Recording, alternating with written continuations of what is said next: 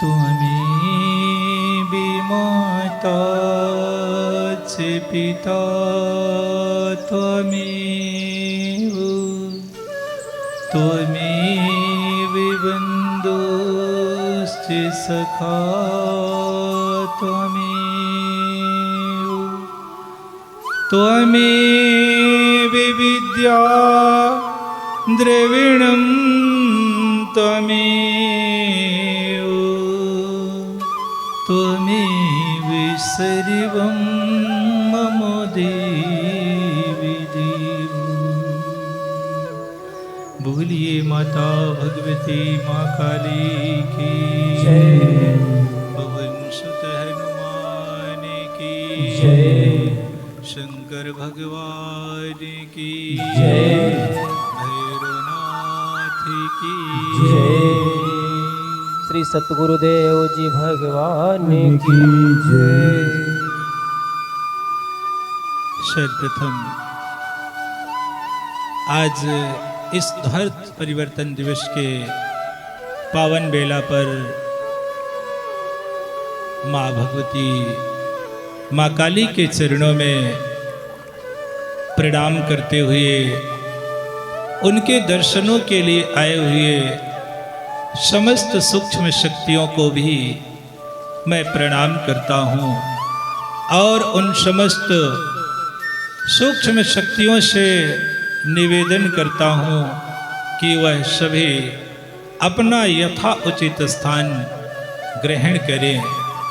तत्पश्चात अपने व्यस्ततम समय से भी कुछ समय निकालकर दूर दराज से चलकर आए हुए सभी भक्तों के हृदय रूपी मंदिर में विराजमान माँ भगवती माँ काली की छवि को देखते हुए भवानी जन सेवा संस्थान की ओर से आप सभी भक्तों का भी स्वागत करता हूँ, वंदन करता हूँ और आप सभी भक्तों को इस ध्वज परिवर्तन दिवस की बहुत बहुत शुभकामनाएं, मंगल कामनाएं।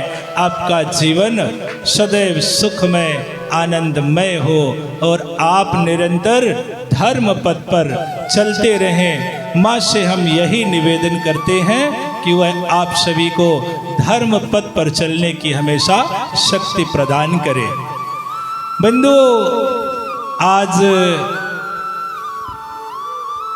मनुष्य के अंदर अगर अपने इष्ट के प्रति, अपने गुरु के प्रति पूर्ण श्रद्धा, विश्वास और समर्पण का भाव रहता है तो व्यक्ति महान बन जाता है, महापुरुष बन जाता है। क्योंकि व्यक्ति के अंदर की श्रद्धा ही व्यक्ति को महान भक्त बना देती है। भक्त केवल अपने इष्ट के प्रेम में खो जाता है, अपने आप को भूल जाता है। भक्त वो नहीं होता जो संसारिक कामना करता है। भक्त तो वो होता है जो केवल अपने प्रभु का प्रेम पाना चाहता है। जो इस संसार में सुख की कामना करता है ना, संसारिक वस्तुओं की कामना करता है, वो भक्त कभी हो ही नहीं सकता, वह साधक कभी नहीं हो सकता। वह तो सौदागर होता है अपने इष्ट से, अपने गुरु से। भैया वो सौदा करता है कि हम तुम्हारा पूजन कर रहे हैं तो हमें मजदूरी प्रदान कर दो। भक्त नहीं होता। भक्त इस संसार में सुख नहीं पाना चाहता। क्यों नहीं पाना चाहता? क्योंकि भक्त के अंदर ज्ञान हो जाता है प्रभु की कृपा से, इष्ट की कृपा से, कि इस संसार में कभी सुख मिलता ही नहीं है। कभी सुख नहीं मिलता इस संसार में। हाँ, सुख की लेबल लगी हुई है, पर ये सुख जो है ना तो नकली है। सुख नकली है पर लेबल लगी हुई है कि भैया ये सुख है, पर सुख है नहीं। सुख है नहीं, ये नकली सुख है। क्यों नकली सुख है?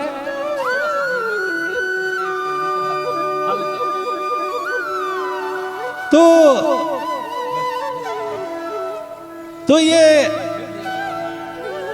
जो ये सुख है ना, ये लेबल लगी हुई है सुख की, पर ये सुख है नहीं, ये तो दुख ही है। क्यों दुख है?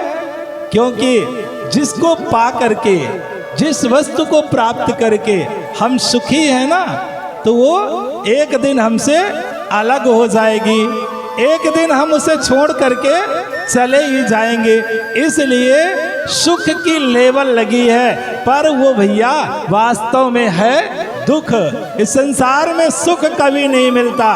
जहाँ जन्म लेने में दुख, फिर बचपना आता है ना, तो माता पिता की पाबंदी, घूमने ज्यादा नहीं जाना है, वो भी दुख मिलता है ना, वो भी दुख मिलता है ना। फिर जब युवा हुए तो माता पिता पीठ में लात दिए बस्ता कि अब चलो भैया पढ़ने जाओ, वहां भी दुख।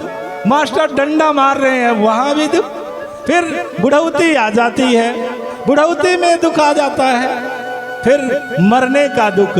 तो भैया संसार में सुख है कहाँ? दुख ही दुख है। तो फिर ये जो नकली सुख हम लोग पा करके सुखी हो जाते हैं, वो नकली सुख है, पर वास्तव में वो दुख है। लेबल लगी हुई है सुख की, बस इतना ही अंतर है।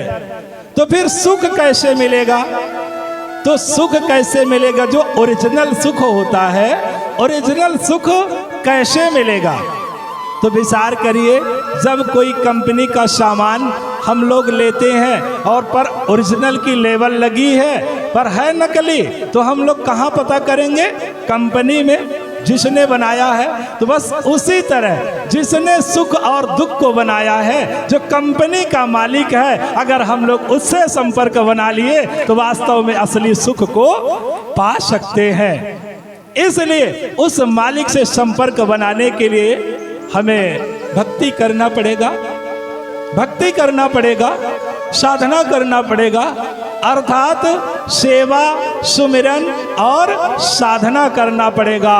भैया एक बड़ी सुंदर बात आ रही है कि सेवा और सुमिरन और साधना, यह तो उसी प्रकार है जैसे तीन के मिलने पर, किसके?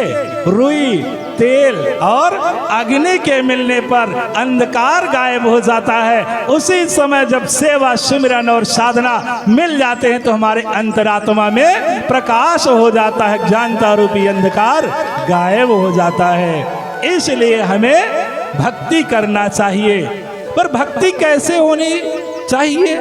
भक्ति कैसे करना चाहिए हमें?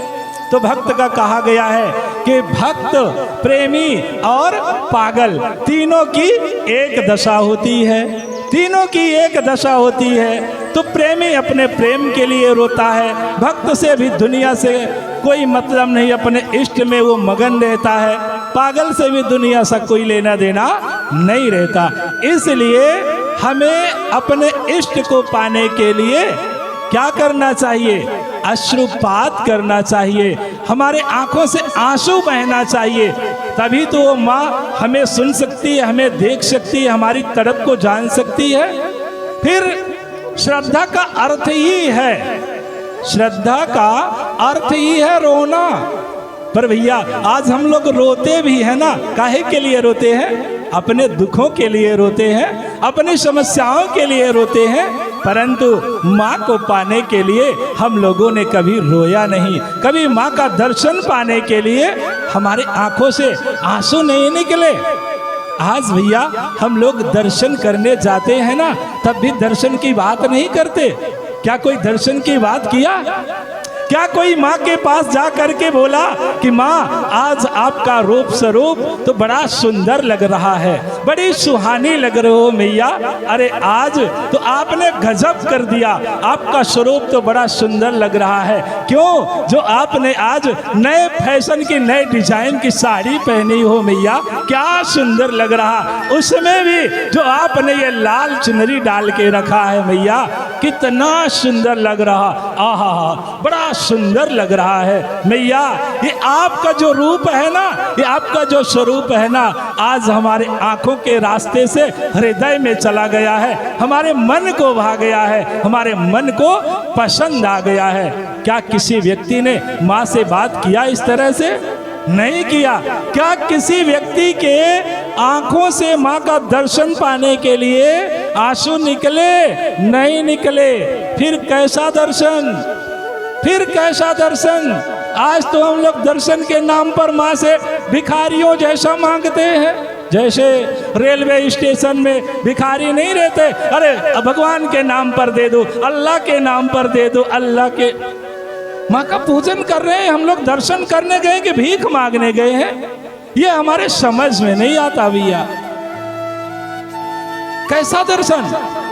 आज तो हम लोग दर्शन के नाम पर माँ से मांगते हैं, उस माँ से मांगते हैं जिस माँ ने हम सबको ये दुर्लभ तन दे दिया है और कहा है कि जाओ तुम कर्म करके, भक्ति करके पुनः हमारे पास वापस चले आना, हम तुम्हें अपने चरणों में स्थान दे देंगे। लेकिन हम लोग क्या कर रहे हैं? भिखारियों की तरह रट लगाए हैं, भिखारियों की तरह।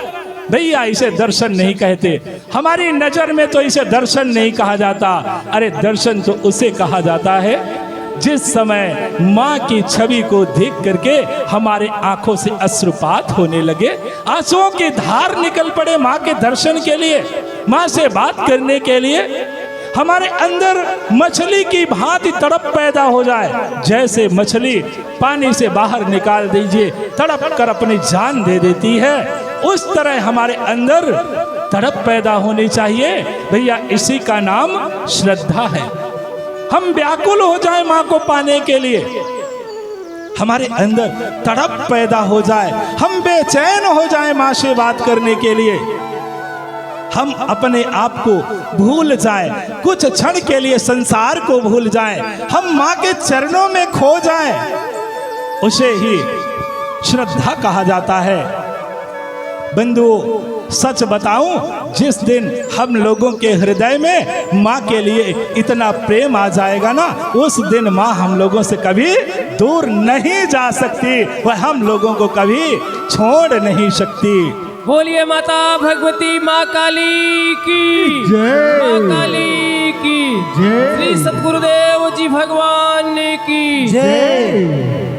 परंतु इतना प्रेम हम लोगों के पास आएगा नहीं। हम लोगों के आंखों से कभी माँ का दर्शन पाने के लिए आंसू नहीं निकलेंगे। क्यों नहीं निकलेंगे? क्योंकि हम लोगों ने संसार की नकली वस्तुओं को समेटने में लगे हुए हैं। जो संसार की नकली वस्तु है, नकली कैसे है? नकली कैसे है? क्योंकि जिन वस्तुओं को हम समेट रहे हैं, गाड़ी खरीद रहे हैं, बंगला बना रहे हैं, घर खरीद रहे हैं, जमीन खरीद रहे हैं, भैया वो एक न एक दिन छूट जाएगी, छोड़ के जाना पड़ेगा है। तो बताइए कि नकली है कि असली है? नकली है ना। तो हम लोग नकली वस्तुओं को समेटने में लगे हुए हैं, अर्थात हम लोगों के आंखों के सामने वासना का घूंघट चढ़ा हुआ है। हम लोग वासना का घूंघट ओढ़े हुए हैं, संसारिकता का घूंघट चढ़ा हुआ है हम लोगों के आंखों के सामने। कैसे चढ़ा हुआ है वासना का घूंघट? आज का प्रसंग बहुत सुंदर है, बड़े ध्यान से सुनेंगे तो वास्तव में हो सकता है भक्ति देवी आपके हृदय में प्रकट हो जाए और आप सबका जीवन सफल हो जाए। तो बंधुओं, हम सब के आंखों के सामने संसारिकता का वासना का घूंघट कैसे चढ़ा हुआ है, इस बात को समझने के लिए एक छोटी सी कहानी है। शायद इस कहानी के माध्यम से आप सब समझ लेंगे कि हम लोगों के आंखों के सामने वासना का घूंघट कैसे चढ़ा हुआ है। तो एक व्यक्ति थे, उनकी शादी होती है।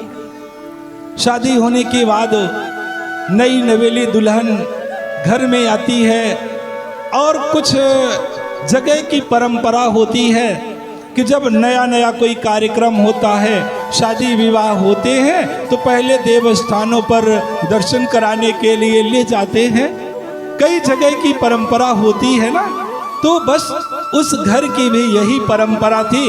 अब नई नवेली दुल्हन के जो परिवार के लोग थे, सास ससुर थे, उसके पति थे, तो जो नई नवेली दुल्हन के साथ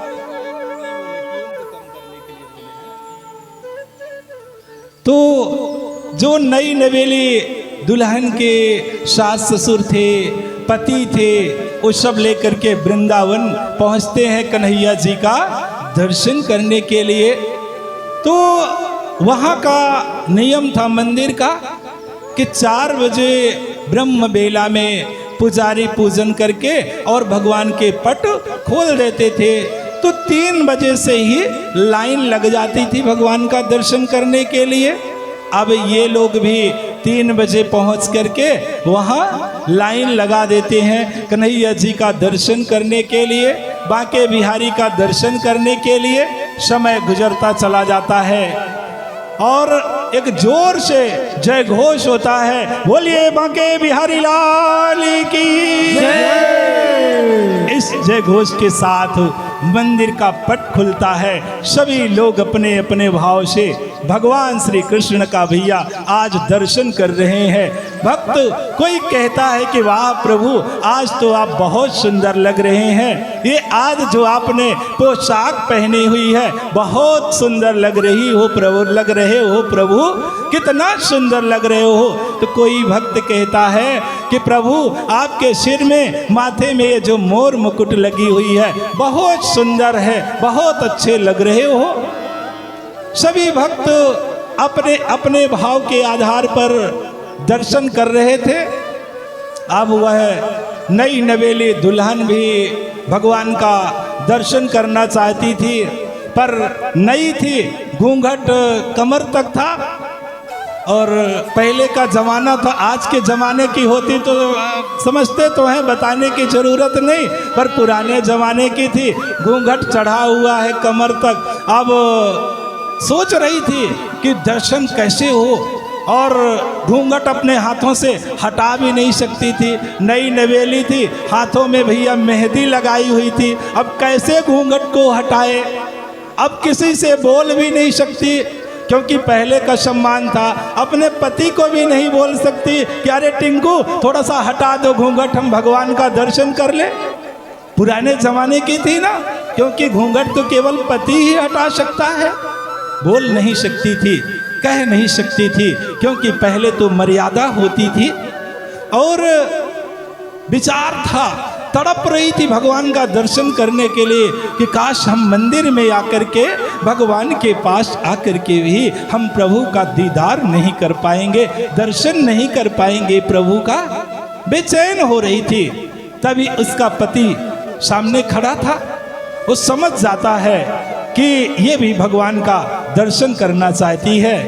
अब पति आता है, घूंघट हटाता है, वह भी भगवान का दर्शन कर लेती है। भगवान का दर्शन करने के बाद भैया उसके आंखों से आंसू निकल पड़ते हैं और विचार करती है कि वाह रे प्रीतम, आपने सही वक्त पर आकर के हमारे घूंघट को हटा दिया, तो हमने भी परमात्मा का दर्शन कर लिया। ऐसा विचार कर रही थी वो। इस बात को, इस कहानी को ऐसे समझिए कि जैसे भगवान के ऊपर, परमात्मा परम सत्ता माँ भगवती के ऊपर माया का पर्दा पड़ा हुआ है। नहीं तो हम सब लोग दर्शन कर लेते ना। जैसे भगवान श्री कृष्ण ने मैया यशोदा को अपना मुख खोल के सारा ब्रह्मांड दिखा दिया, पर बाद में उसमें माया का पर्दा डाल दिया। मैया यशोदा भूल जाती हैं, मैया यशोदा भूल जाती हैं। तो कहने का तात्पर्य है कि भगवान के ऊपर, परमात्मा के ऊपर माया का पर्दा पड़ा हुआ है, इसलिए वो दिखाई नहीं देते। जीव के ऊपर वासना का घूंघट चढ़ा हुआ है, माने संसारिक वस्तुओं को समेटना चाहता है ना। संसारिक वस्तु कपड़ा वस्त्र है, ठीक है ना। तो वासना का घूंघट चढ़ा हुआ है। अब भैया हम लोग एक बार मंदिर चले गए, हाथों में आसक्ति की मेहंदी लगी हुई है, कुछ करना नहीं चाहते, पाना सब कुछ चाहते हैं, हाथों में आसक्ति की मेहंदी लगी हुई है। अब हम लोग पहली बार गए हैं ना, अर्थात नई नवेली है, हाथों में आसक्ति की मेहंदी लगी हुई है। अब भगवान का दर्शन करना तो चाहते हैं। तो जो परमात्मा माँ भगवती जगदम्बा ने अनेकों लीलाएं की, तो उनके ऊपर से माया का पर्दा तो हट गया। जैसे भगवान श्री कृष्ण ने अनेकों लीलाएं की, तो आज हजारों लाखों लोग उनका दर्शन करने के लिए जा रहे हैं। थोड़ी देर के लिए आप लोग विचार कीजिए कि अगर भगवान श्री कृष्ण ने माखन चोरी की लीला ना किए होते तो क्या लोग दर्शन करने जाते उनका? ना जाते ना। माखन चोरी की लीला करने के कारण ही हजारों लाखों लोगों ने कन्हैया को अपना दिल दे दिया और आज भी उनका दर्शन करने के लिए जाते हैं, वहां बैठ करके सत्संग सुनते हैं।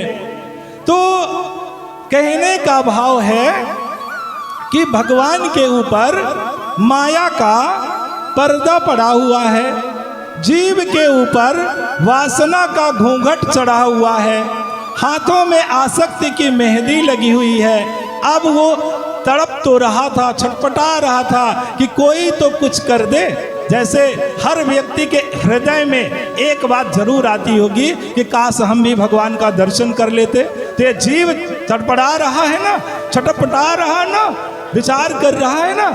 तो ये जीव छटपटा रहा है कि कोई भी हमारे इस वासना रूपी घूंघट को हटा दे तो हम भी परमात्मा परम सत्ता के दर्शन कर लें। जब ये जीव ऐसा विचार कर रहा था तो पति रूप में, ये पति कौन है? तो अध्यात्म में पति सतगुरु को बताया गया है। बिना सतगुरु के इस वासना रूपी घूंघट को कोई हटा नहीं सकता, और जब तक ये वासना रूपी घूंघट हटेगा नहीं भैया, तब तक हम माँ के दर्शन नहीं कर पाएंगे। जब तक बोलिए श्री सतगुरुदेव जी भगवान की, बोलिए माता भगवती माँ काली की। तो वासना रूपी घूंघट को तो केवल सतगुरु ही हटाता है, तभी भगवान के दर्शन हो पाते हैं, माँ के दर्शन हो पाते हैं। इसलिए आप सब से यही कहना चाहता हूँ कि आप सबके आंखों के सामने ये जो संसारिकता का घूंघट चढ़ा हुआ है, वासना का घूंघट चढ़ा हुआ है, इसे हटाने का प्रयास करें, तभी आप उस परमात्मा के दर्शन कर सकते हैं। एक वो भजन नहीं बना हुआ है, कौन सा भजन है? अरे घूंघट के पट खोल रे तुही पिया मिलेंगे, घूंघट के पट खोल रे तुही पिया मिलेंगे।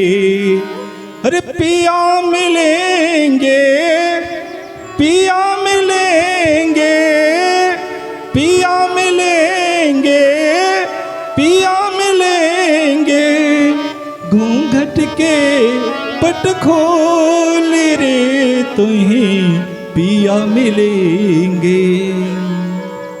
तो जीव कहता है भैया कि कैसे खोलूं, हाथों में आसक्ति की मेहंदी लगी हुई है। तो सतगुरु भगवान बैठे थे, कहते हैं चुप कर पगले, मैं बैठा हूं ना, तो चिंता क्यों करता है? जैसे भगवान के ऊपर से माया का पर्दा हटेगा ना, मैं भी तेरे घूंघट को हटा दूंगा, तू भी झरोखे से भगवान का दर्शन कर लियो।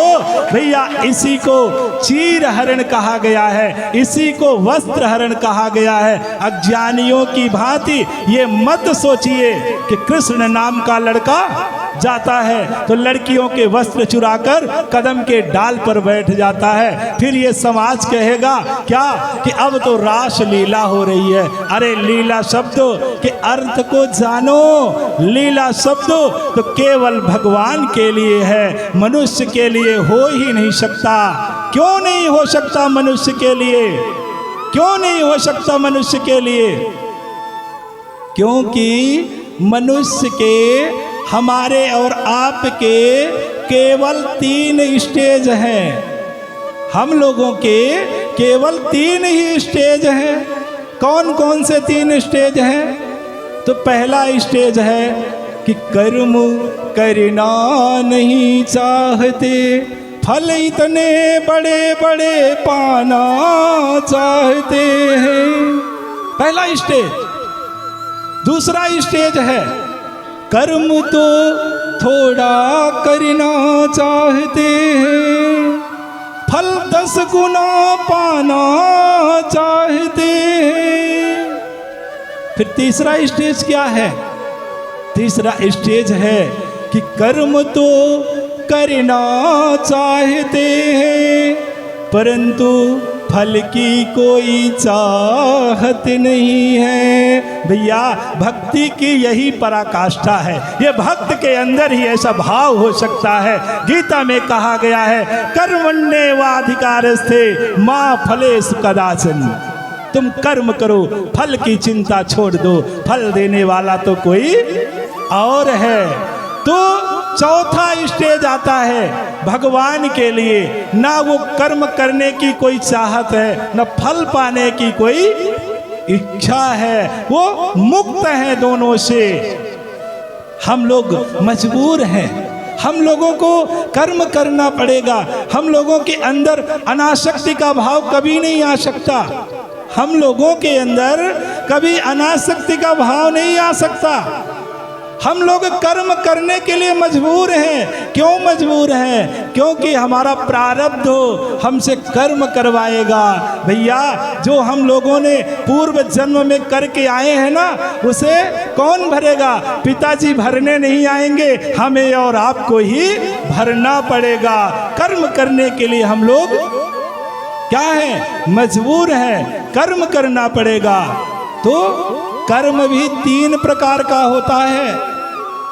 वकील साहब, कर्म भी 3 प्रकार का होता है। कौन सा कर्म? पहला कर्म है क्रियवान। पहला कर्म है क्रियवान। क्या कर रहे हैं? ये जो हम कर रहे हैं, क्या कर रहे हैं? क्या कर रहे हैं? माँ की कथा सुनने का भैया कर्म कर रहे हैं। ये जो कर रहे हैं ना, ये क्रियवान है। ये इकट्ठा होता है, संग्रहित होता है, संगठित होता है, फिर यही प्रारब्ध बनता है। फिर यही प्रारब्ध बनता है। ये कभी व्यर्थ नहीं जा सकता, कभी व्यर्थ नहीं जाएगा। ये आप लोग जो यहाँ 1 घंटे का टाइम दे रहे हैं ना, 2 घंटे का टाइम दे रहे हैं ना, 4 घंटे का, 10 घंटे का, अरे 1 दिन का टाइम दे रहे हैं ना, ये कभी व्यर्थ नहीं जा सकता। दुनिया की सारी दौलत मिट जाएगी, परंतु आपके द्वारा किया हुआ सत्कर्म कभी मिट नहीं सकता। भगवान श्री कृष्ण गीता में यही कहते हैं। गीता में भगवान श्री कृष्ण ने यही कहते हैं। अर्जुन से कहते हैं कि अर्जुन, आज तू प्रतिज्ञा कर ले। अर्जुन भगवान के भक्त हाथ जोड़कर कहते हैं कि प्रभु, कौन सी प्रतिज्ञा कर लूं, कैसी प्रतिज्ञा कर लूं? कृष्ण कहते हैं, अर्जुन आज तू प्रतिज्ञा कर ले कि मेरे भक्तों का कभी विनाश नहीं होता। अर्जुन मुस्कुराते हैं, वाह प्रभु वाह, अरे आप मुझसे कह रहे हैं कि हम प्रतिज्ञा कर ले? अरे ये आपका मैटर है, आपके भक्तों का मैटर है, प्रतिज्ञा हम क्यों कर ले? जैसे उदाहरण के लिए घनश्याम बोले राजेश से कि राजेश भाई, आज आप प्रतिज्ञा कर लीजिए कि हम आज से बीड़ी नहीं पिएंगे। क्या जवाब देंगे राजेश? राजेश तो यही बोलेंगे ना कि भैया ये आपका मैटर है, बीड़ी पीना आप बंद कर रहे हैं, उदाहरण दे रहे हैं, ये माने बीड़ी पीना आप बंद कर रहे हैं, प्रतिज्ञा हम क्यों कर ले? भैया आप बंद कर रहे हैं तो आप कीजिए, हम क्यों करें? बस अर्जुन भी यही कहते हैं कृष्ण से कि प्रभु ये आपके भक्तों का मैटर है, और आपके भक्तों का मैटर है तो प्रतिज्ञा भी आपको करना पड़ेगा। भगवान श्री कृष्ण कहते, अर्जुन हमने जब जब प्रतिज्ञा किया है तो हमारी प्रतिज्ञा टूट जाती है। तुमने देखा कि हमने महाभारत में शस्त्र ना उठाने की प्रतिज्ञा किया था, लेकिन तुमने तो देखा कि हमें शस्त्र उठाना ही पड़ा। तो अर्जुन, हम जब जब प्रतिज्ञा करते हैं तो हमारी प्रतिज्ञा बार बार टूट जाती है, लेकिन जब जब हमारे भक्तों ने प्रतिज्ञा किया है तो दुनिया की सारी दौलत मिट गई, लेकिन अपने भक्तों की प्रतिज्ञा कभी मिटने नहीं दिया। तो भगवान प्रतिज्ञा अपने भक्त से करवाते हैं। कभी भगवान आपके सामने आकर के प्रतिज्ञा कर लेना तो कभी भरोसा मत करना। भगवान कभी प्रतिज्ञा कर ले आपके सामने आकर तो उस पर भी भरोसा मत करना भैया। क्यों ना करना? क्योंकि वो बड़े छलिया हैं। मुस्कुराना, जैसे सहजोबाई मुस्कुराती थी। सहजोबाई के पास भगवान जाते और कहते कि सहजोबाई, आज मैं प्रतिज्ञा करता हूँ कि आज से मैं तेरा हूँ। सहजोबाई मुस्कुराती और कहती कि चल जा उधर, अपना काम कर। हमें पता है कि अगर मुझसे ज्यादा कोई भक्त मिल गया ना तो तू दौड़ के उसके पास चला जाएगा। इसलिए मुस्कुराना। जैसे मधुसूदन बैठ करके कथा सुन रहे थे, जैसे आप लोग बैठकर कथा सुन रहे हैं, तो कथा सुनते समय कन्हैया जी उनके पीछे जाकर के कंधे पर हाथ रखते हैं। मधुसूदन पीछे मुड़कर देखते हैं, कहते हैं कौन? कृष्ण जी कहते मैं कन्हैया हूं, मुरली वाला, बंसी वाला। मधुसूदन कहते हैं काम क्या है? बोले तू मेरा भक्त है, दर्शन देने आया हूं। तो मधुसूदन कहते हैं समझ में नहीं आता, अभी हम कथा सुन रहे हैं, चल जा बाद में मिल लेना। भगवान के इतने बड़े भक्त, महाप्रभु के इतने बड़े भक्त, कथा सुनते समय भगवान भी आ गए, उनके तरफ ध्यान नहीं देते। लेकिन भैया हमारी और आपकी क्या दशा है, जरा विचार करिए तो, विचार कीजिए तो।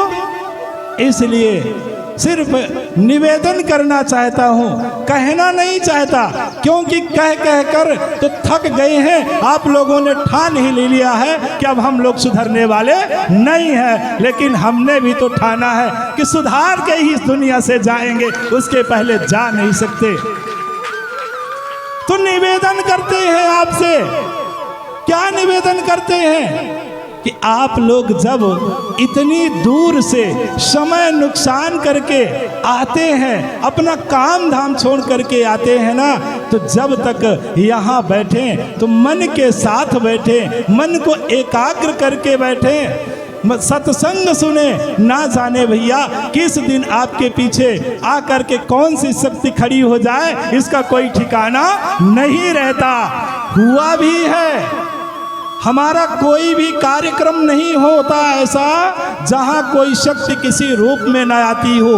हर कार्यक्रम में आती है। छपराहार में भी आती थी, यहाँ भी आई थी, लोगों ने देखा भी। कार्यक्रम के 2-4 दिन पहले ही हमने बता दिया था कि कोई न कोई शक्ति अवश्य आएगी किसी रूप में, और आई भी। इन लोगों ने देखा भी, परंतु भैया जाने के बाद ही वो लोग देख पाए। इस बात को गीता अच्छी तरह से जानती है। तो बस कहना चाहता हूं कि आप लोग जब भी यहाँ जितने क्षण रहे, जब भी आप लोग यहाँ जितने क्षण रहे, तो पूर्ण सेवा भाव से रहें, सत्संग को सुने, सेवा करें लोगों की। ना जाने किस दिन किसकी सेवा का अवसर मिल जाए तो भैया आपकी किस्मत बदल जाए। इसलिए आप सबसे कहना चाहता हूँ, निवेदन करना चाहता हूँ कि महीने में एक दिन 13 तारीख को सांसारिक जीवन से छुट्टी ले लीजिए और आत्म कल्याण के लिए निकल पड़िए। अरे भैया सरकार भी महीने में 4 दिन देता है, छुट्टी देता है कि नहीं देता? हर संडे को छुट्टी रहती है। आप लोग अपने जीवन से कब छुट्टी लेते हैं? कभी लेते हैं? एक दिन महीने में 13 तारीख को परिवार के साथ पहुंचिए, सत्संग सुनिए, सेवा करिए, तभी आपके दुखों का अंत हो पाएगा, वरना आपके दुखों का अंत नहीं हो पाएगा। इसलिए पूर्ण रूप से सेवा, सुमिरन और साधना को जीवन में अपनाने का प्रयास करें, गुरु वचनों का पालन करें, तभी आप लोग दुखों से मुक्त हो सकते हैं। और सबसे सुंदर बात है कि संसारिक बंधनों से भी मुक्ति प्राप्त कर सकते हैं, तभी आप लोग संसार सागर से पार जा सकते हैं। भगवान कृष्ण से गोपियां यही तो कहती थी। क्या कहती थी गोपियां भगवान कृष्ण से? जानते हैं, वो जब नाराज होती थी ना, तो भगवान कृष्ण से यही कहती थी कि हे गोविंद, ये जितने साधु संत हैं ना, ये सब के सब तेरे एजेंट हैं। तूने इनको मुक्ति का घोष दिया है, जो कथा सुनाए सुनाए के पागल किए जा रहे हैं। गोपियां यही कहती थी, हे गोविंद, हम तो तेरे बिना रह सकते हैं, परंतु तेरी कथा के बिना नहीं रह सकते हैं। ये गोपी भमर गीत में कहती है। और यहीं पर वो नाराज हो जाती है ना, तो भगवान श्री कृष्ण से कहती है कि हे कृष्ण, हमने तो केवल 3 घंटे के लिए कथा पंडाल में चले गए, तो बस उतने में ही सारी दुनिया को भूल गए, घर परिवार को भूल गए, संसार को भूल गए। बस केवल जिधर नजर जाती है तो तू याद आता है। मेरे भाई, यही विचार तो हम लोगों के अंदर भी होना चाहिए कि नहीं होना चाहिए। इसलिए आप सब लोग अपने अंदर भक्ति को प्रकट कीजिए और माँ के प्रेम में गोपी बन जाइए, माँ के प्रेम में गोपी बन जाइए, और माँ को पाने के लिए क्या बन जाइए? माँ को पाने के लिए माँ के दीवाने बन जाइए। और कह दीजिए चिल्ला के मैया से, दोनों हाथों को ऊपर उठाकर कह दीजिए मैया से कि अरे हम तो बने हैं दीवाने रे, दर्शन दे दे मैया। कितने लोग माँ के दीवाने बन गए? हाथों को ऊपर क्यों नहीं उठाते? सभी उठाकर एक साथ बोलेंगे, अरे आए हैं दौर तिहारे हो, दर्शन दे दे मैया। हाँ हाँ रे, दर्शन दे दे मैया। आए हैं दौर तिहारे हो, दर्शन दे दे मैया। हाँ रे, दर्शन दे दे मैया।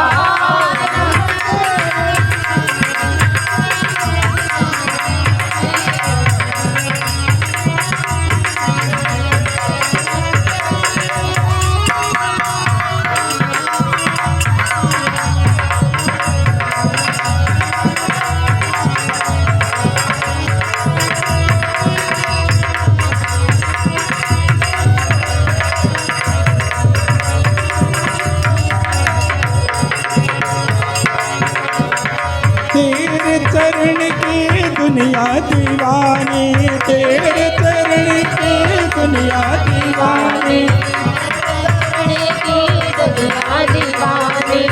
तेरे चरण की दुनिया दीवानी, दुनिया दीवानी हो, दुनिया दीवानी, दुनिया दीवानी हो, दुनिया दीवानी। तेरे चरण की दुनिया दीवानी, तेरे चरण की दुनिया दीवानी। हम भी बने हैं दीवाने रे, दर्शन दे दे मैया। हमारे करो मैया, द्वारे हो, दर्शन करो मैया। हमारे दर्शन करो मैया, द्वारे हो, दर्शन करो मैया। हमारे दर्शन करो मैया। आए हैं तेरे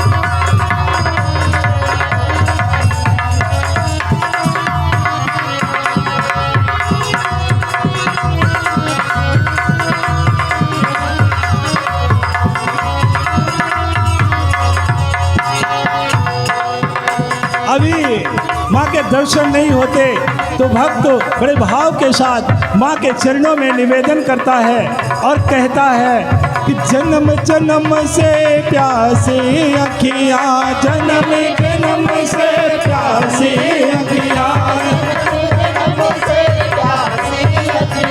प्यासी अखियाँ हो प्यासी अखियाँ, जन्म जन्म की प्यासी अखियाँ,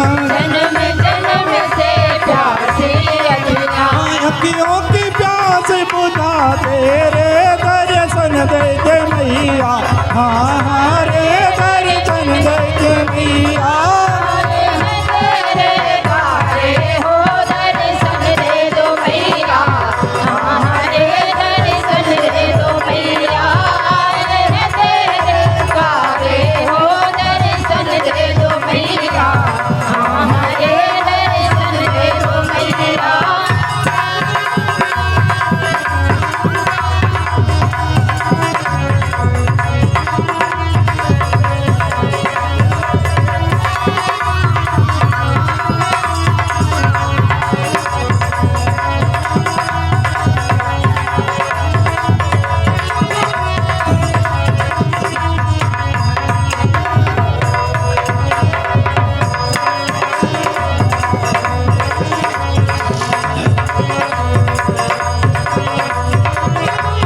अब सभी लोग जो माँ का दर्शन पाना चाहते हैं और उनसे कहना चाहते हैं ना, तो हाथों को उठा करके सभी हमारे साथ बोलेंगे क्या?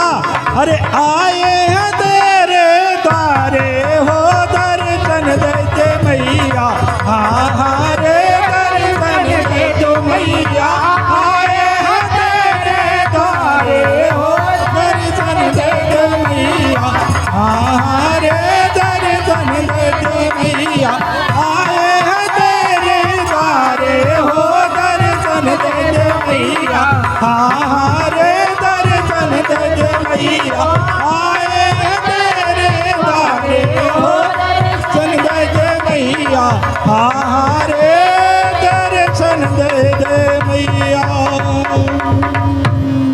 बोलिए माता भगवती माँ काली की, माँ काली की, भैरवनाथ की, श्री सतगुरुदेव जी भगवान की, बोलिए सच्चे दरबार की। भैया जिस दिन हमारे अंदर ये भाव आ जाएगा ना, हम माँ को पाने के लिए दीवाने बन जाएंगे ना, उस दिन माँ कभी हम लोगों से दूर नहीं जा सकती, हम लोगों को छोड़ नहीं सकती। उस दिन हम लोगों को दर्शन होने में क्षण मात्र की देरी नहीं लगेगी। लेकिन भैया हम लोग दीवाने कैसे बन जाएं? आज हम लोग दर्शन करने जाते हैं ना, तो दर्शन की बात नहीं करते, माँ से कहते हैं अरे माँ हमें धन दे दो, सोना दे दो, चांदी दे दो, दुकान दे दो, मकान दे दो, घर दे दो, बंगला दे दो। अरे माँ को समझ क्या रखा? पल्लेदार, पल्लेदार है, पल्लेदारी करेंगी वो। अरे वो दूसरे के घर में जाएंगी, सोना चांदी की पोटली बांधी धन की, फिर आपके घर में लाके पटक देंगे, कैसे दर्शन होगा?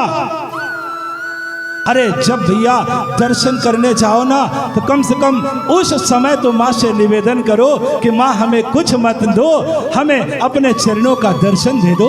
माँ से पाने मत जाओ, जाओ तो माँ को पाने के लिए जाओ ना, उस दिन तुम्हें दर्शन से कोई रोक नहीं सकता। हमें दर्शन करने के लिए जाना चाहिए, लेकिन हमें माँ से माँ को मांगना चाहिए। माँ हमें कुछ नहीं चाहिए, केवल अपने चरणों का दर्शन करा दो। हमें इस भाव को लेकर के जाना चाहिए। मांगो, सारा दिन मांगो, लेकिन जब मूर्ति के पास जाओ, माँ के पास जाओ, उस समय तो समय निकाल लो, माँ से केवल दर्शन की बात कर लो, तो दर्शन हो जाएंगे। इसलिए कहना चाहते हैं ना, अपने अंदर माँ के प्रति प्रेम प्रकट करो, अर्थात अपने अंदर गोपी का भाव प्रकट कर लो। बस कुछ नहीं करना है, बहुत सरल है माँ का दर्शन करना। बस अपने अंदर गोपी का भाव प्रकट कर लो। जैसे गोपियां भगवान कृष्ण को पाने के लिए विकल हो जाती थी, रोती थी, और जब उनके पास जाती थी ना तो कोई चाहत कोई कामना लेकर नहीं जाती थी। बात सही भी है, विचार कीजिए, बात सही भी है भैया। जहां पर सच्चा प्रेम होगा ना वहां कोई चाहत नहीं होगी। सच्चा प्रेमी तो केवल अपने प्रेमी को आंखों के सामने ही देखना चाहता है, वो कुछ नहीं चाहता। इसलिए आप सब लोग माँ को पाने के लिए अपने अंदर गोपी का भाव प्रकट कर लो तो निश्चित तौर से माँ के दर्शन हो जाएंगे। गोपियां भगवान कृष्ण से अनन्य प्रेम करती थी, खूब प्रेम करती थी। एक बार की घटना है, एक जो गोपी थी ना वो भगवान कृष्ण के बंसी से, मुरली से चिड़ हो जाती है, जलन, जैसे एक दूसरे को देखकर जलन नहीं होती, ईर्ष्या पैदा हो गई मुरली को देख करके। और वो गोपी कहती है कि ये मुरली, ये जो बंसी है ना हमारे प्रीतम के ओंठ से सारा दिन लगी रहती है, हम लोगों को मौका ही नहीं देती है। बगल में अरे सखी तू बांसुरी से ईर्ष्या मत रखो, अरे ये तो बहुत बड़ी तपस्विनी है, बहुत ज्यादा तपस्या की है। तो गोपी कहती है कि बांसुरी तपस्विनी कैसे तपस्या कर सकती है? तो जो बगल में गोपी थी वो कहती है सखी इसका भी पूरा भरा परिवार था, इसका भी परिवार था, ये ठंडी गर्मी बरसात सब कुछ अपने सिर पर सहन करती थी, फिर कोई बेदर्दी आया इसे काट करके अलग कर दिया इसके परिवार से, फिर सखी इसको ले गया, इसकी छिलाई की गई, फिर सखी जानती हो इसके अंदर गरम राड डाल दिया गया, तब भी ये कुछ नहीं बोली, फिर 7 छोटे छोटे छिद्र किए गए तब भी ये कुछ नहीं बोली। हे सखी उन्हीं तपस्याओं को सहन करने के कारण ही आज ये बांसुरी गोविंद के ओंठ से हमेशा लगी रहती है, गोविंद कभी अलग नहीं करते हैं। इसलिए सखी इससे विरोध मत कर। इस बात का सिर्फ इतना छोटा सा अर्थ है कि जो व्यक्ति इनके लिए अर्थात माँ भगवती के लिए, अर्थात जो व्यक्ति अपने गुरु के लिए, अपने इष्ट के लिए काम धाम से ज़्यादा प्रेम करता है उनसे, अपने इष्ट से, अपने गुरु से ना, तो वह भी कभी उसे अलग नहीं होने देते थे। जैसे भगवान श्री कृष्ण बांसुरी को कभी नहीं छोड़ते थे, कभी नहीं छोड़ते थे। यहाँ तक कि रात हो जाती ना तो पीताम्बर में बांसुरी को बांध करके फिर सोते थे। यहाँ तक की बात तो ठीक है, चलता है, लेकिन जानते हैं जब सुबह हो जाती तो मैया यशोदा कहती कि लल्ला उठ जा, सुबह हो गई है, गाय चराने के लिए जाना है। तो कन्हैया करमटे बदलते इधर से उधर, उधर से इधर, उठते ही नहीं थे। लेकिन जानते हैं मैया यशोदा एक बार कह देती, अरे अरे कौन है तू जो कन्हैया की बांसुरी लेके भागा जा रहा है? बस भैया इतना कान में पड़ा कि चद्दर अद्दर फेंक कर उठ खड़े हो गए, बोले कहाँ कहाँ बांसुरी, कहाँ बांसुरी कहाँ है? तो भैया जिस दिन हम लोग बांसुरी की तरह बन गए ना तो माँ भी हम लोगों को कभी अलग नहीं कर सकती। वैसे भी अनेकों महापुरुषों ने कहा है, क्या कहा है, क्या कहा महापुरुषों ने? महापुरुषों ने कहा है, भजन भी गाया जाता है कि भगत के बस में है भगवान, भगत के बस में है भगवान, अरे भगत बिना ये कुछ भी नहीं है, अरे भगत है इसकी जान, भगत के बस में है भगवान। भैया भक्त के अधीन तो हमेशा भगवान रहते हैं, बस हमारे अंदर गोपी का भाव प्रकट हो जाए, हमारे अंदर गोपी का भाव उमड़ पड़े, हम गोपी बन जाएं अपने माँ को पाने के लिए, अपने इष्ट को पाने के लिए। जैसे गोपियाँ कोई भी काम धाम करती थी, कोई भी काम कर रही हो, अगर उनके कान में कृष्ण की बांसुरी की धुन भैया सुनाई पड़ जाए ना, तो वो सारे काम धाम को छोड़ करके अपने प्रीतम से मिलने के लिए दौड़ पड़ती थी, अपने प्रीतम से मिलने के लिए दौड़ पड़ती थी, एक क्षण भी नहीं रुकती थी। और हम लोग इधर चालीसा चल रहा है, उधर समझना चाहिए।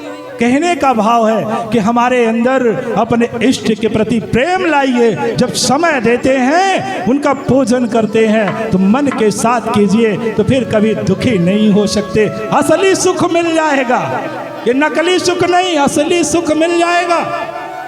एक बार की घटना है, एक गोपी गाय लगा रही थी, गाय दूते हैं दू रही थी, लगा रही थी गाय। जब गाय लगा रही थी तो वो उसके कान में बांसुरी की धुन सुनाई पड़ जाती है। बांसुरी की धुन ऐसा कह रही थी कि मानो सखी चल तुझे प्रीतम बुला रहे हैं, चल तुझे प्रीतम बुला रहे हैं। भैया वो बांसुरी की धुन को सुन करके गोपी तो पागल हो जाती है और गाय लगाना बंद करके अपने प्रीतम से मिलने के लिए दौड़ पड़ती है। बड़ी सुंदर प्रसंग है, बड़ी ज्ञान की बातें हैं। जानते हैं क्या हुआ? गोपी जब गाय लगाना छोड़ करके कुछ दूर तक गई होगी, तो उसके दिमाग में एक बात आती है कि हम तो गाय लगाना छोड़कर जा रहे हैं, साथ में जो दूध कुछ निकला था तो वो भी वहीं रखा हुआ है और हम छोड़ करके जा रहे हैं। कुछ दूर गई, लौट करके वो फिर आती है और आने के बाद मटकी को उठाती है जिसमें दूध भरा था और उठाकर मटकी को जमीन में पटक देती है, पूरा दूध बिखर जाता है। बांसुरी कहती है, अरे सखी तू पागल हो गई है। गोपी कहती, हाँ हम अपने प्रीतम से मिलने के लिए पागल हो गए हैं। बोले दूध क्यों बिखेर दिया? तो गोपी बड़ा सुंदर जवाब देती है और कहती है कि हमने दूध को इसलिए बिखेर दिया कि अगर कहीं हम अपने प्रीतम के पास पहुंच गए हैं और उनसे मिलते समय ये दूध याद आ गया ना, तो हम उतने क्षण अपने प्रीतम से दूर हो जाएंगे, इसलिए हमने मटकी को फोड़ दिया। ना रहेगा बांस, ना बचेगी बांसुरी। ये है गोपी का भाव। हमारे अंदर क्या भाव है? हम यहाँ बैठे हैं शरीर के साथ, लेकिन भैया मन तो हमारा खेती कर रहा, धान लगा रहा, धनिया लगा रहा, घर गृहस्थी कर रहा। कैसे माँ की मिलन होगी? कैसे मिलेंगे माँ को? विचार कीजिए, सोचिए। कहना चाहते हैं कि शरीर के साथ बैठे हैं ना, तो मन को भी यहीं रखिए। अरे जो होना होगा वो करेगा। अरे हम लोग करने वाले थोड़ी हैं, करता तो कोई और है। फिर हम लोग काहे की चिंता? उतार लीजिए अपने अंदर गोपी का भाव और मिल लीजिए। माँ से मिलना है तो ऐसा समय नहीं आएगा। कहा भी गया है कि जब भक्त के दिल से प्रेम पुकार निकलती है, कहीं भी होते हैं भगवान उन्हें चैन नहीं पड़ती है, दौड़े चले आते हैं भक्त की लाज बचाने के लिए। इसलिए रोज पूजन किया करो माँ का प्रेम पाने के लिए, तो निश्चित तौर से सफल हो जाएंगे। अपने अंदर प्रेम प्रकट कीजिए। प्रेम से बढ़कर के संसार में कुछ नहीं होता। एक बार की घटना है, एक गोपी अपने पति को भोजन करा रही थी। पति देव आधा भोजन कर चुके थे। भोजन करते कराते कराते बस वही कन्हैया जी तो बस बांसुरी ही छेड़ते थे। बांसुरी की धुन सुने के बावरी गोपी के कान में बांसुरी की धुन सुनाई पड़ती है। पति को आधा भोजन करा चुकी थी और परोसने के लिए जैसे जा रही थी, तभी उसके कान में बांसुरी की धुन सुनाई पड़ गई। अब बांसुरी की धुन को सुन करके गोपी बावरी हो जाती है, भूल जाती है कि हमें पति के थाली में ये भोजन डालना है। चुपचाप थाली लेकर खड़ी हो जाती है। अंततः उसे रहा नहीं जाता और थाली रखकर प्रीतम से मिलने के लिए, गोविंद से मिलने के लिए दौड़ पड़ती है। जैसे ही पहुंचती है गोविंद के पास, कृष्ण के पास, जैसे ही गले लगने की तैयारी करती है ना, कृष्ण कहते हैं ठहरो, रुको, क्योंकि भगवान भी परीक्षा लेते हैं ना। गोविंद ने कहा रुको, ठहरो। गोपी बेचारी रुक जाती है। उसके मन में एक प्रश्न खड़ा हो जाता है, अरे हमने जिसके लिए सारा संसार छोड़ के आ गए, पति को छोड़ के आ गए, सास ससुर को छोड़ के आ गए, घर गृहस्थी को छोड़ के आ गए, आज वही हमें गले नहीं लगा रहा। ऐसा विचार कर रही थी। तभी आज कृष्ण जी कहते हैं कि अरे गोपी, तुझे इतना पता नहीं है कि पति के सामने भगवान कुछ नहीं होता, और तू क्या करके आ रही है? पति को भोजन देना बंद करके आ रही है। अरे पति के सामने परमेश्वर भी फीके पड़ जाते हैं, इसलिए तूने गलत किया है। गोपी बड़ा सुंदर जवाब देती है। यदि आप लोग ध्यान से सुने तो इस प्रसंग को रखे नहीं, आगे काट के निकल चलते हैं। बड़ा सुंदर उत्तर देती है गोपी। क्या सुनना चाहते हैं?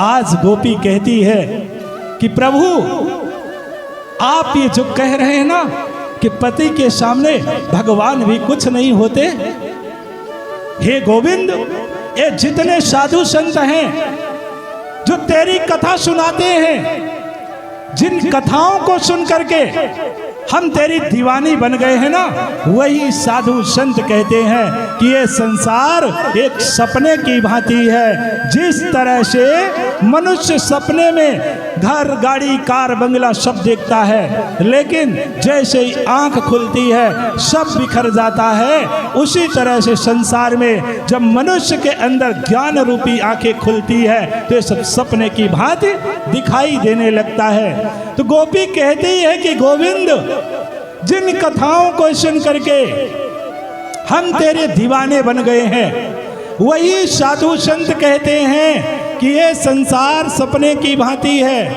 अर्थात सब कुछ झूठा है। आज गोपी के बीच में और कृष्ण के बीच में शास्त्रार्थ चल रहा है।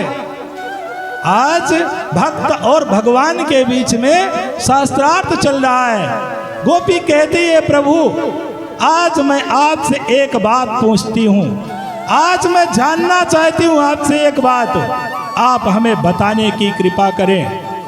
गोपी कहती है कि हे गोविंद, एक व्यक्ति था, उसका विवाह होता है, नई नवेली दुल्हन घर पर आती है।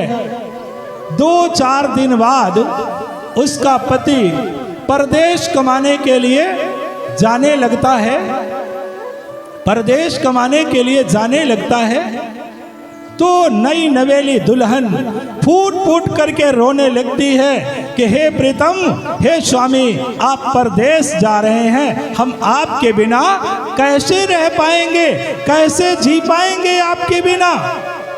तो पति अपनी जेब से एक तस्वीर निकालता है, अपनी पत्नी को देता है और कहता है कि प्रिय, जब तक हम लौट करके नहीं आते तब तक आप इस तस्वीर में, इस फोटो में सब कुछ करना, स्नान कराना, भोग लगाना, भोजन कराना, समय समय पर सब कुछ करना, तब तक हम वापस आ जाएंगे। अब गोपी कृष्ण से कहती है कि हे गोविंद, पति परदेश कमाने के लिए चला गया, अब वह नई नवेली दुल्हन अपने पति के तस्वीर को रख करके सिंहासन पर, आसन पर रोज पूजन करती है, स्नान कराती है, भोजन कराती है, समय समय पर वो सब करती है। हे गोविंद, एक दिन की घटना है। एक दिन जब वह अपने पति देव के तस्वीर में, जब वह अपने पति देव को भोजन करा रही थी, उसी समय उसका पति आकर दरवाजे पर खड़ा हो जाता है और कहता है कि प्रिय, हम आ गए हैं। अब गोपी कहती है, हे गोविंद, आप हमें ये बताइए कि उस औरत को फोटो में भोजन कराना चाहिए या पति आ गया है तो उसके पास जाना चाहिए? गोविंद बोलिए माता भगवती माँ काली की जय, माँ काली की जय, सतगुरुदेव जी भगवान की जय, बोलिए सच्चे दरबार की जय। आज गोपी की बातों को सुन करके कृष्ण जी मुस्कुराते हैं, हंसते हैं उसकी बातों को सुनकर और कहते हैं कि गोपी, तुझे इतना भी ज्ञान नहीं है कि जब असली पति सामने आकर खड़ा हो गया है तो नकली पति की जरूरत क्या है? तो भैया आज गोपी कहती है कि हे गोविंद, हम भी यही कहना चाहते हैं कि जब हमारे सामने असली पति खड़ा है, जगत पति खड़ा है, तो इन नकली पतियों की आवश्यकता क्या है?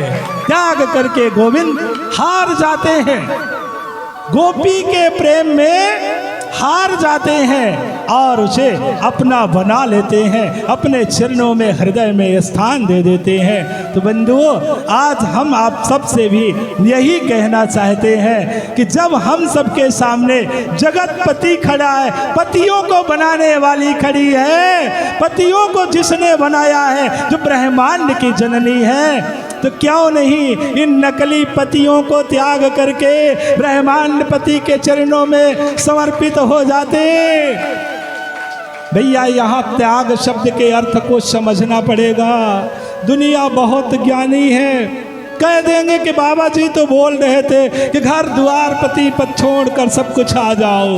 नहीं, यहाँ त्याग शब्द का अर्थ है अनासक्ति का भाव। हम जब भी जाएं, मंदिर जाएं, कोई कामना नहीं, बस मिलन की कामना हो, दर्शन की कामना हो। ऐसे भाव को लेकर के हमें मंदिर जाना चाहिए। तो त्याग शब्द का अर्थ सिर्फ इतना है कि हमें घर गृहस्थी के साथ रहते हुए, पति पत्नी के साथ रहते हुए, परिवार के साथ रहते हुए हमें माँ का भजन करें तो अनासक्ति के भाव से करें तो निश्चित तौर से हमें माँ के दर्शन हो जाएंगे। माँ के दर्शन होने में विलंब नहीं होगा। इसलिए बंधुओं, आप सब रोइए माँ के चरणों में, निवेदन करिए गुरु से, सदगुरु से, क्योंकि गुरु के अलावा कोई भी आपके वासना रूपी वस्त्रों का हरण नहीं कर सकता। ये जो वासना रूपी वस्त्र है, काम क्रोध लोभ मोह अहंकार रूपी जो वस्त्र है, तो उसे सदगुरु, ज्ञान रूपी सदगुरु ही उसे हरण करता है। अर्थात जब हमारे अंदर ज्ञान हो जाएगा तो ये सब दूर हो जाएंगे और निश्चित तौर से हम सब माँ के दर्शन कर लेंगे, माँ के दर्शन करने के योग्य हो जाएंगे। इसलिए आप सब माँ से प्रतिदिन निवेदन कीजिए, प्रतिदिन निवेदन कीजिए कि मैया, आपसे मिले हुए, आपसे बिछड़े हुए तो कई जन्म बीत गए हैं, कई जन्म बीत गए हैं बिछड़े हुए, कितने साल हो गए हैं आपसे मिले हुए। माँ, अब तो दर्शन दिखा दो ना, कितने साल से हम लोग बिछड़े हैं, कितने साल से अलग हैं, हम लोग कुछ नहीं जानते, हम सब अज्ञानी हैं, परंतु तू तो माँ है ना, तू तो सब कुछ जानती है ना। अब तो अपने चरणों का दर्शन दिखा दो। हम लोग कलिकाल से दुखी होकर के, दर दर की ठोकरें खाते हुए इस संसार रूपी सागर में बहते चले जा रहे हैं। अब तो पार लगा दो, अब तो अपने चरणों का दर्शन दे दो, अब तो दिखा दो अपने चरणों का दर्शन। हम लोग कहाँ खोजे आपको, कहाँ ढूंढे आपको, कहाँ हैं आप, कहाँ रहती हैं, हम लोगों को कोई ज्ञान नहीं है, परंतु तू तो माँ है ना, तू अपने इस अज्ञानी बालक को तो जानती होगी ना, कहाँ है हम लोग। हे माता, हे भगवती, हम लोगों का जो हृदय था, मम हृदय मातु घर है तोरा, जहां पर आई बसे बहु चोरा। ये हमारा हृदय तो आपका घर था, लेकिन तेरे इस घर में तो 5-5 डाकुओं ने हमला कर दिया है, लूट रहे हैं तेरे इस अज्ञानी बालक को। रक्षा कर लो इन 5-5 डाकुओं से। कभी क्रोध अपनी ओर घसीटता है, कभी लोभ अपनी ओर खींचता है। हम लोगों को इन 5-5 डाकुओं ने घेर लिया है मां, रक्षा करो इन डाकुओं से। अरे तू तो सबकी पुकार सुनती है, तेरी कृपा से तो एक चरवाहा भी कभी कालिदास बन जाता है। प्रेम से पुकारने पर तू मूर्ति से भी प्रकट हो जाती है। परमहंस जी ने प्रेम से पुकारा था मैया, तो तूने मूर्ति से प्रकट होकर के उनके हाथों से भोजन ग्रहण किया था। आज हमें हमारी भी पुकार को सुन लो मां। निवेदन करिए मां से, रोज कहिए कि मां भगवती, हे जगदीश्वरी, हे करुणा निधान, जो भी आपका नाम हो। हम लोग तो नाम भी नहीं जानते कि नाम क्या है तेरा, क्योंकि तू तो अनेकों स्वरूपों को धारण करने वाली है, अनेकों स्वरूपों को धारण किया है। जो भी नाम हो तेरा, तुम ही अपने नाम से अपने आप को जान लो। बस हम लोगों की पुकार को सुन लो, एक बार अपने चरणों का दर्शन दिखा दो। हम लोग मानते हैं कि हम लोग क्रोधी हैं, अहंकारी हैं, हम लोग लोभी हैं, परंतु तू तो माँ है ना, और माँ अपने बच्चे को कभी अलग नहीं कर सकती। कहा गया है पूत कपूत होत है, पर माता होय न कुमाता। अरे तू तो माँ है, सुन लो मेरी पुकार और अपना लो अपने इस बालक को, अपना लो इस बालक को, अपने चरणों का दर्शन दिखा दो। बंधुओं, हम लोग जिस दिन भाव के साथ मां से निवेदन करेंगे ना, तो दुनिया में कोई दुख नहीं है जो उसके आंचल के रक्षा कवच को भेद करके हमें दुखी कर सके। बस हमारी आवश्यकता है मां के चरणों को बैठ जाना, पा लेना और उनके आंचल को रक्षा कवच बना लेना। प्रतिदिन भाव के साथ मां से निवेदन करिए, तो निश्चित ही इसी तन के रहते हुए आप सब लोग मां का दर्शन कर लेंगे, क्योंकि मां सबकी पुकार को सुनती है। तो हम सबके पुकार को नहीं सुनेगी? सुनेगी ना? तो उठाइए दोनों हाथों को और सभी जोर से बोलिए, बोलिए माता भगवती मां काली की जय, खप्पर वाली मैया की जय, मुंडमालिनी मैया की जय, श्री सद्गुरुदेव जी भगवान की। तो आइए, जब वो सबकी पुकार को सुनती है तो हम लोगों की पुकार को भी सुनेगी। तो कहना चाहते हैं कि सुनती है सबकी पुकार हो मेरी मैया भवानी, सुनती है सबकी पुकार हो मेरी मैया भवानी, सुनती है सबकी पुकार हो मेरी मैया भवानी, सुनती है सबकी पुकार हो मेरी मैया भवानी, मैया भवानी मेरी मैया भवानी, मैया भवानी मेरी मैया भवानी, मैया भवानी मेरी मैया भवानी, मैया भवानी मेरी मैया भवानी, सुनती है सबकी पुकार हो मेरी मैया भवानी, सुनती है सबकी पुकार हो मेरी मैया भवानी, सुनती है सबकी पुकार हो मेरी मैया भवानी, ब्रह्मा की सुनती मैया विष्णु की सुनती, ब्रह्मा की सुनती मैया विष्णु की सुनती, ब्रह्मा की सुनती मैया विष्णु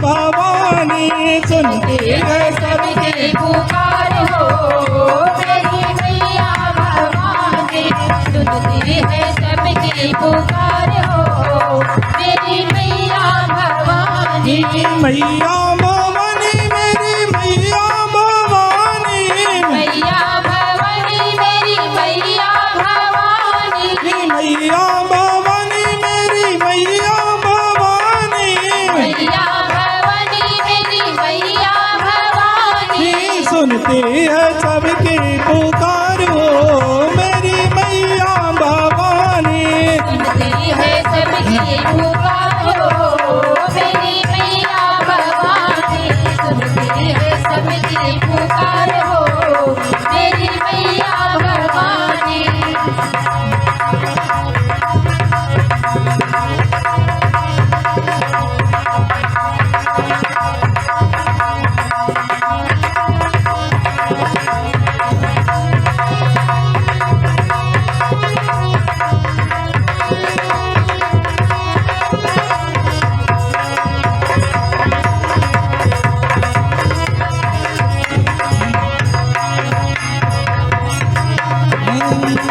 शंकर की सुनती मैया गौरा की सुनती शंकर की सुनती मैया गौरा की सुनती शंकर की सुनती मैया गौरा की सुनती शंकर की सुनती मैया गौरा की सुनती गौरा की सुनती पुकार हो मेरी मैया भवानी सुनती है सबकी पुकार हो मेरी मैया भवानी सुनती है सबकी पुकार हो मेरी मैया भवानी सुनती है सबकी पुकार हो मेरी मैया भवानी सुनती है सबकी पुकार हो मेरी मैया भवानी मैया भवानी मेरी मैया भवानी मैया भवानी मेरी मैया भवानी मैया भवानी मेरी मैया भवानी मैया भवानी मेरी मैया भवानी अब सभी लोग दोनों हाथों को भाव के साथ ऊपर उठाएंगे और बोलेंगे सुनती है सबकी पुकार हो मेरी मैया भवानी सुनती है सबकी पुकार हो मेरी मैया भवानी सुनती है सबकी पुकार हो मेरी मैया भवानी सुनती है सबकी पुकार हो मेरी मैया भवानी। बोलिए माता भगवती माँ काली की बोलिए श्री सतगुरुदेव जी भगवान की बोलिए साचे दरबार की इन्हीं शब्दों के साथ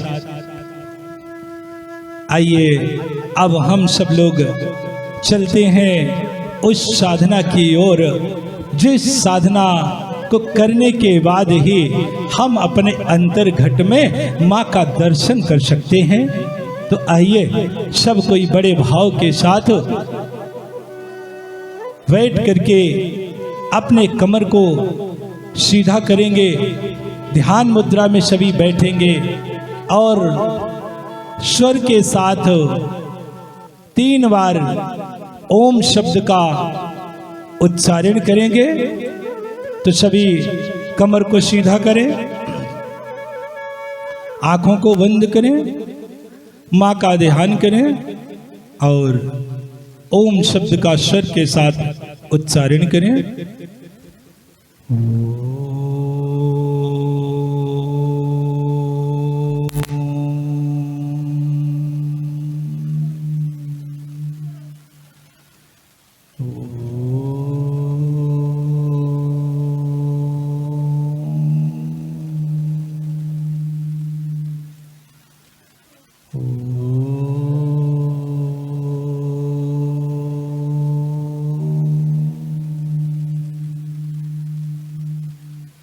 सभी लोग अपनी समस्याओं को याद करें, जो भी कामना हो वो याद करें और माँ से निवेदन करें कि माँ आपकी समस्याओं का समाधान शीघ्र हो।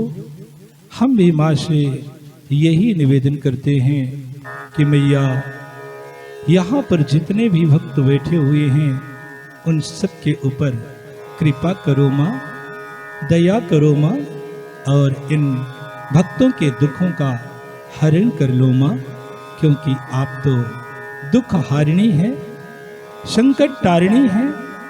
आप तो हमेशा भक्तों की रक्षा करती हैं, भक्तों की पुकार को सुनती हैं। इसलिए माँ यहाँ पर भी जो भक्त बैठे हैं ना, उनके भी दुखों का हरण कर दो माँ, यही हम आपसे प्रार्थना करते हैं।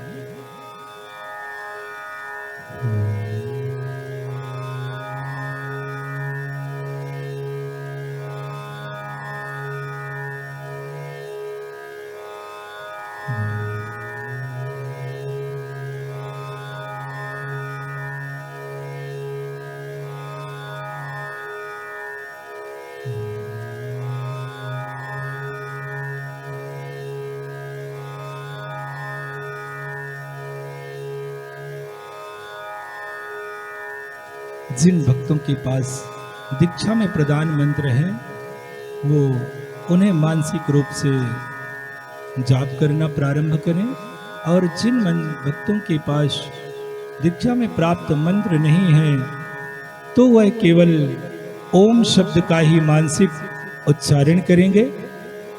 सभी ध्यान करते हुए दीक्षा में प्राप्त मंत्रों का उच्चारण मानसिक रूप से करें। ध्यान की गहराइयों में डूबते चले जाएं और अनुभव करें कि हमारे सहस्त्रार चक्र से सफेद रंग की किरण हमारे शरीर में प्रवेश हो रही है। वही माँ की कृपा है, और उस किरण के प्रवेश करते ही हमारे अंदर एक अलौकिक ऊर्जा का संचार हो रहा है। हमारा शरीर शक्तियों से प्रफुल्लित हो रहा है, आनंदित हो रहा है। ऐसा अनुभव करते हुए सभी लोग दीक्षा में प्राप्त मंत्रों का मानसिक जाप करेंगे।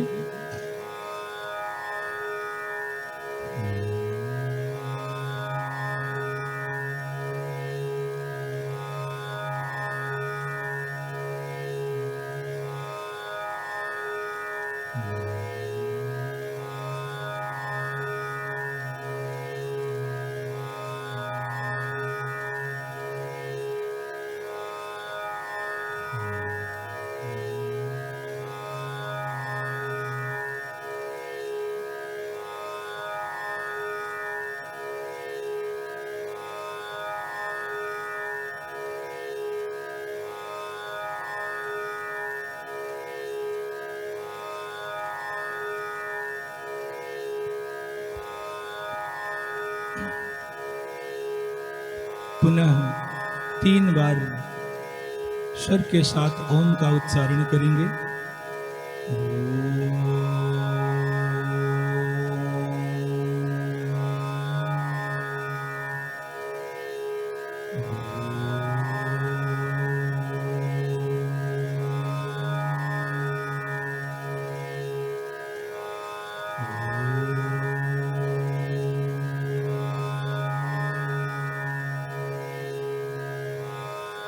सभी दोनों हाथों को जोड़कर माँ को मानसिक नमन करें, प्रणाम करें। दोनों हाथों को रगड़ना प्रारंभ करें, और जोर से रगड़ें, और जोर से 3 बार ताली बजाएं और चेहरे पर लगाएं। पुनः माँ को प्रणाम करें। आज का कार्यक्रम यहीं पर समाप्त किया जाता है। बोलिए माता भगवती माँ काली की जय।